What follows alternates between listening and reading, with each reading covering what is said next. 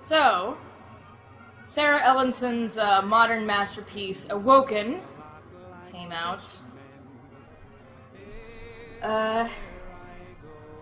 Came out, I guess, yesterday. I mean, some point yesterday.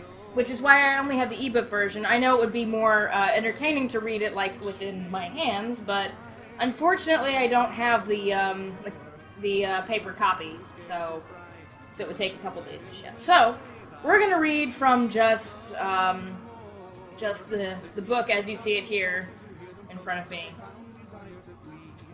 And, anyway, so, Awoken. So, we're gonna go ahead and read, I guess a sample chapter. I have only gotten about a third of the way through it, is the thing, so I don't know what the best sample chapter would be to read. So, I skimmed through it, and then I looked up what chapter they had read at the book launch party, and said, well, I'll just read that one. And, you know, I've gone enough into it to kind of give you a little bit of context for what you're about to hear. Anyway, so, the basic gist of the story so far is Andromeda, our heroine, has moved to Portsmouth, which is a boring port town in on the East Coast. It's sort of, you know, a little New England town, and you know, it's all boring, and she's also terrified of the ocean, so, you know, there's not much for her there, and, you know, life is sad and dull and kind of shitty for a while until she and her friends read from the Necronomicon one day, like you do, and the next day a mysterious hot boy appears at school and stares at her and follows her everywhere. And she finds out, of course, that she has summoned Cthulhu, or in his moniker, I believe, is Riley from Relaya. And he has sworn to protect her because she might have the power to change everything. They begin to fall in love. So yeah, I'm just gonna go ahead and read, I guess, a sample chapter for you guys. Chapter 19. Chapter 19. Crushed. Riley remained silent and morose for a long time as the sun set through the shop windows. Neil prattled on about the last time something like this had happened. Something about an ox head and a squirming primordial mass called Berthathea, I think. I hardly listened to him, my attention focused on Riley's perfect face. He seemed cut out of stone, distracted, upset even. I was worried too. Worried about Vic and the clutches of that succubus. But Riley didn't need to know that. Why was he still so upset anyway?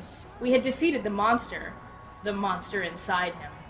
The major crisis had been averted. Hadn't it? Neil took a long drag on his tie-dyed blue pipe. I gotta tell you, I never get these cultists, he said. It seems like whenever something pops up that they don't understand or can't explain, their first impulse is to worship it. What is that? I'll never understand you mortals. His eyes shone golden like the Egyptian desert. Gotta admire that girl's tenacity, though, I'll tell you that. Indeed, said Riley. It was the first word he'd spoken in almost an hour. Are you okay, Riley? I asked, moving closer to him. He didn't move, didn't even acknowledge me. Neil leaned forward, examining him.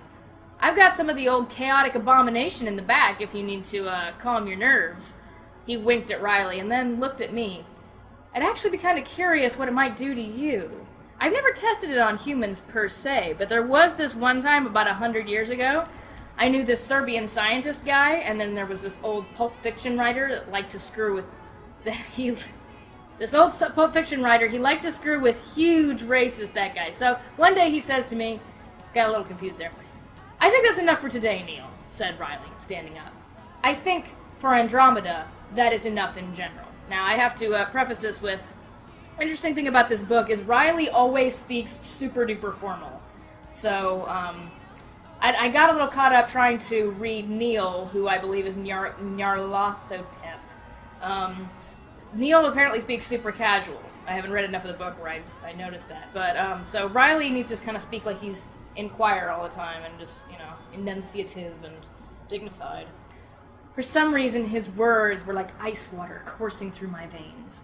What did he mean by that? Doubly worrisome was the fact that Neil seemed to catch his meaning. Ha, I figured that might be the case.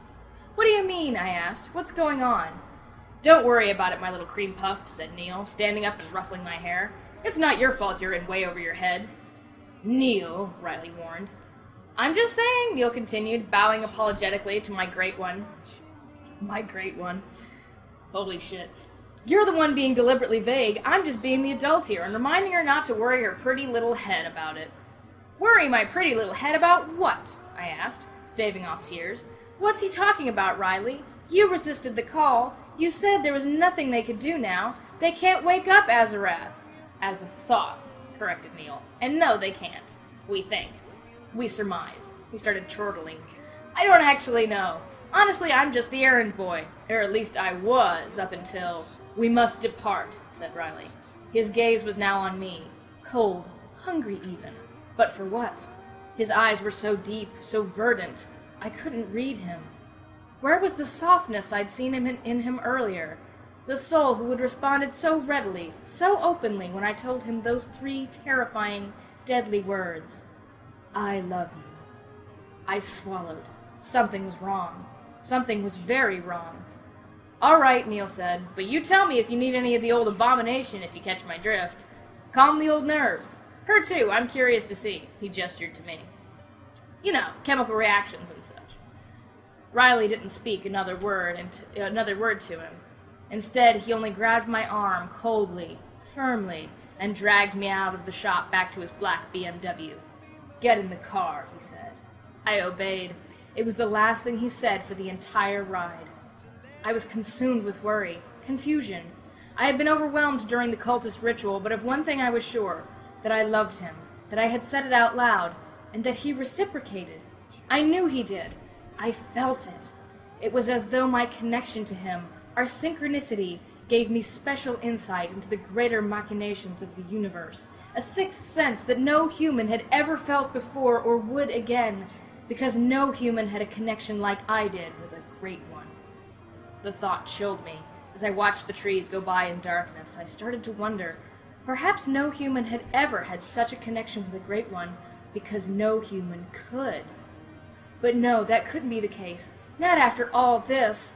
Not after everything we had been through together. Not after him taking human form, rising from the deep to find me, to confront me, the only living human that could stop his dark destiny. Not after finding out today that, as the human of prophecy, I would stop him in the most unexpected of ways. I was born to make him feel love. That was my power. That was my life's purpose. When Riley pulled up to my house's driveway, he finally broke the silence. Get out, he said. I obeyed. The air seemed cooler as I stepped out of the Beamer, the autumn chill finally descending upon our small New England town. It felt so calm, so familiar, so normal that I could almost forget I stood in the presence of the great priest. My time with you has been pleasant, he said, his voice strained. But I must depart.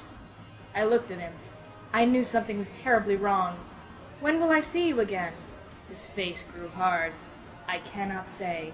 You cannot say? I demanded. After all we've been through? After Phantom? I assume they went to go see Phantom of the Opera. Riley took a deep breath, and his cool green eyes found my mud-gray ones. His eyes were like a knife in my heart. Please tell me what's going on, I whimpered. He stayed silent and looked forward.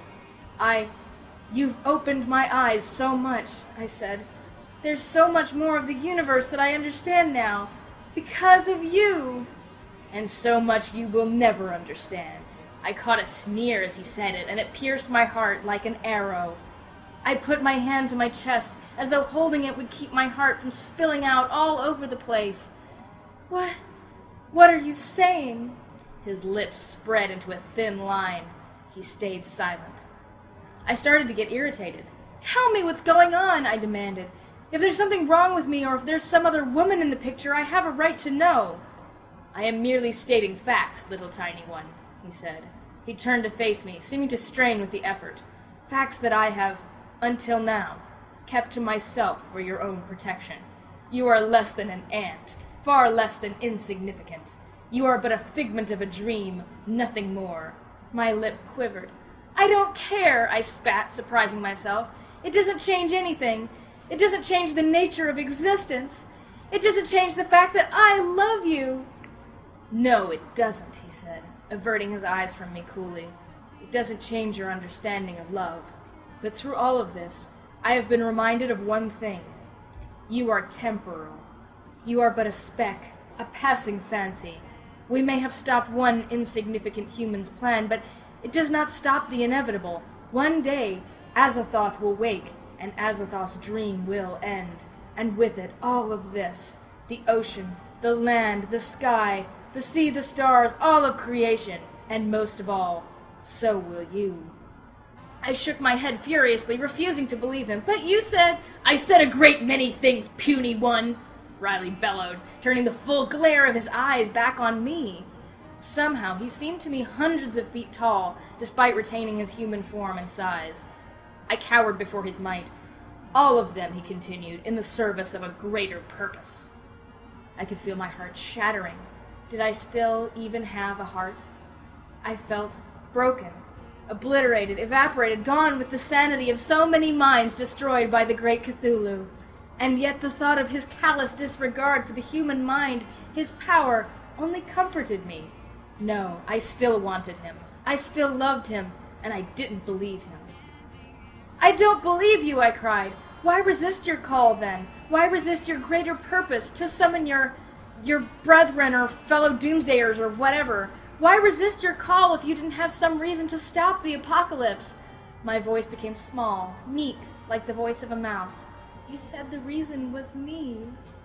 The reason, as I have stated before, is because I am the towering death and the bringer of doom. For epochs have I walked among the stars, devouring souls and destroying galaxies. Countless are the souls of those driven mad by the greatness of my true form. Countless are the worshippers I have devoured to provide me with only the barest iota of nourishment. I am the great priest, and your ilk is naught but minor sustenance before me. Human souls are but snacks that feed the furnace of my burning rage. I am not, I repeat, not in the service of those who worship me. For those who worship me are beneath my notice, as it should be. His last words cut me even deeper. It was as though he meant them specifically for me. Riley. That they are even aware of my existence is mere runoff of my own greatness. That's a phrase. Mere runoff of my own greatness, and that my dreams enter theirs, as they have with you, you pitiful, trivial creature. I gasped. What tiny bits of unshattered heart I'd retained left me to scatter far across the universe. I was gone, hollow, screaming, tortured.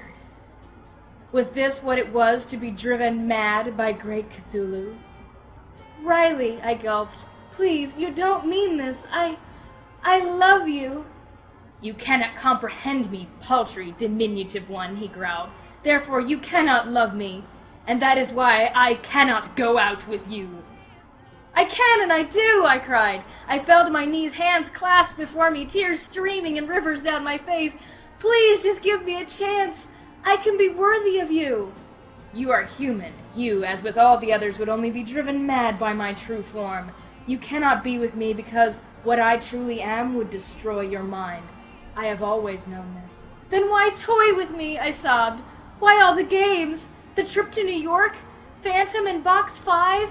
Swimming through the depths together?